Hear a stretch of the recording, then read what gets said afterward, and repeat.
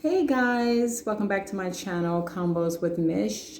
This is my motivation on Monday. It's technically Tuesday because I was traveling on Monday to Chicago to visit my family for Christmas. So happy holidays to you guys. I'm sure many of you guys have traveled or is getting your preparation ready to celebrate Christmas in 4 days.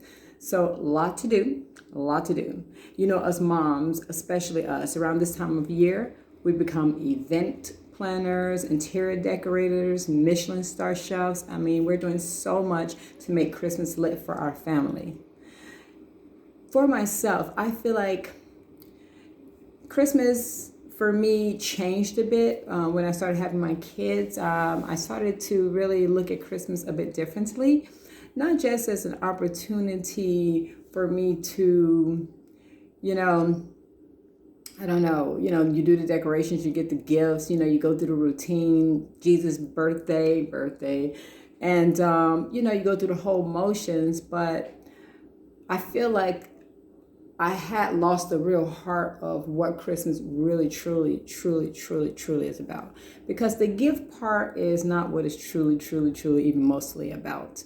And especially when I became a mom, I really wanted to make sure that my kids really understood what the heart of Christmas was about. And for those reasons, one thing that I made sure that I didn't do was allow them to give me Christmas lists. I don't accept Christmas lists. Not only from my kids do I not accept Christmas lists, I don't accept Christmas lists from anyone. It could be my mom, my dad, my husband. If you want to have a chance at getting something for Christmas, the best way to have that chance is not to tell me to give it to you for Christmas, because I'm definitely not giving it to you for Christmas if you tell me to give it to you for Christmas. And the reason why I became this way is because I felt like Christmas had become so commercialized. I remember as a teacher, I would see these kids come back from vacation, kids who have been struggling in class, not obeying their parents, just really giving it to the school, giving it to them parents and their behavior, just not on top of things. They would come up to school with $200 Jordans on and all this stuff. And I'm just like, what is going on? Oh yeah, Christmas. And so much money's been spent. But there were some core values that they weren't embodying. But those didn't matter because it was Christmas. So you were deserving of all this stuff. And no judgment to the parents, because honestly, the natural thing for us to do is to give to our kids, and we want to give them the best. But I became more thoughtful of the lesson. What do we teach our kids through Christmas? Like, what valuable thing are they really learning? Every year I look on Facebook and I love seeing the Christmas trees that people put up.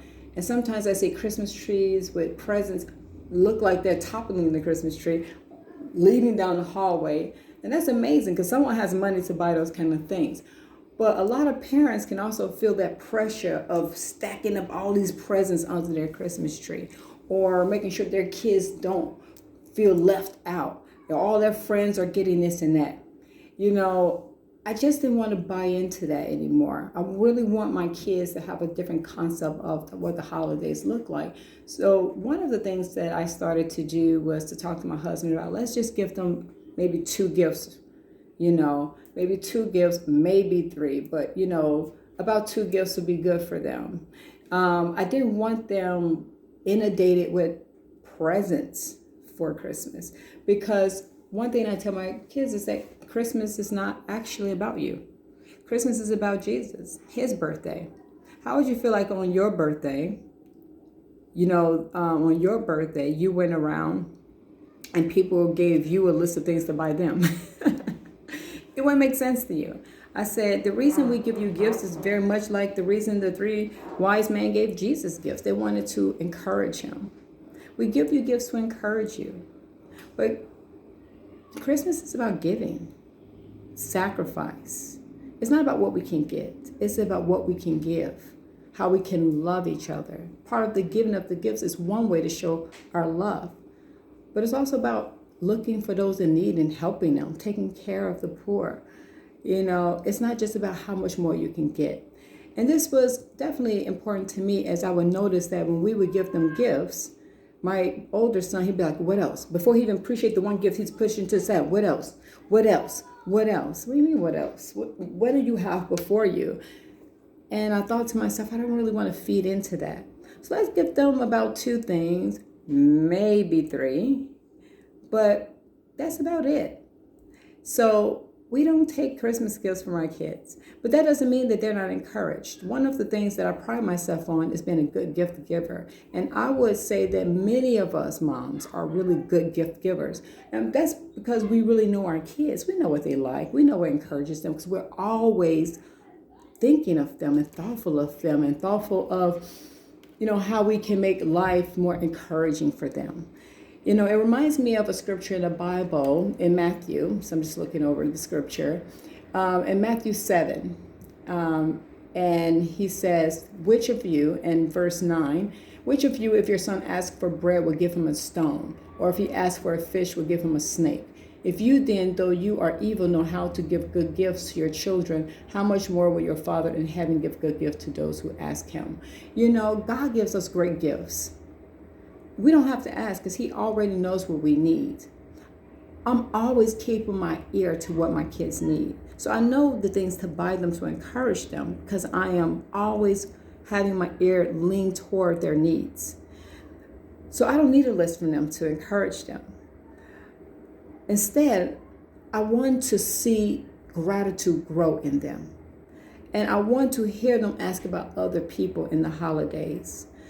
Some things that we can do, if you're open to it for Christmas, with your kids, to just help them to get in a habit of thinking about other people. See if there are any soup kitchens open that maybe as a family you can serve in for part of the time for Christmas. Something we've done in the past was look and see who didn't have a place to be for Christmas, see how we can take care of them on that day. There are some online charities that I'll include links for that allow you to adopt a homeless person for the day, to give them a hot meal, sometimes a haircut, and even a place to stay. Having your kids maybe help you pick organizations and charities to donate to or to create things for. There's so many opportunities for kids to get involved in gift giving and helping other kids.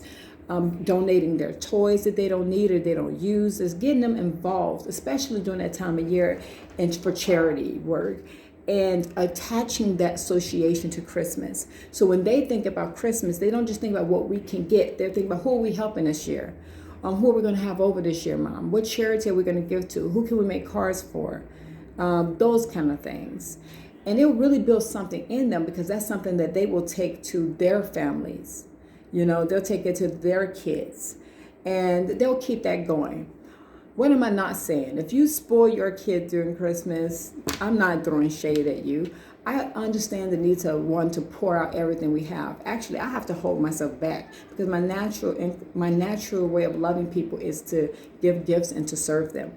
So serving, yes, fine, but I will pour out. All year, I'm thinking, if you say one thing to me in January, by your birthday, I'm thinking about how I can give it to you. So I love doing that. With my kids, I have to hold back myself. But when I see that in their character, that need for more, and that it can be easy for them to struggle with gratitude, or it can be easy for them to make it about themselves. I didn't want them to buy into Christmas the way I saw Christmas being bought into. So no one's giving me wish lists. I don't accept them. No, you cannot tell me what you want for Christmas. I will give you what I give you, but I will make sure it's encouraging. I always make sure it's encouraging, because I want to be a good gift giver to you. Guys, just my 2 cents. This Christmas, I'm really hoping you all have a fantastic holiday.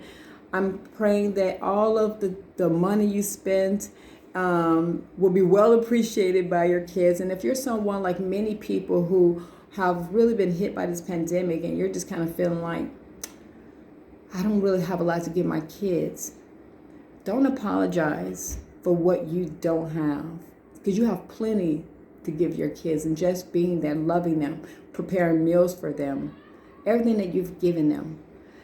Let's try as moms, and just as parents, not to put the pressure of Christmas on our shoulders. We don't need to compete with other moms and other kids. We don't need to compete, and we have to raise our kids that they don't feel less because they don't have what someone else have.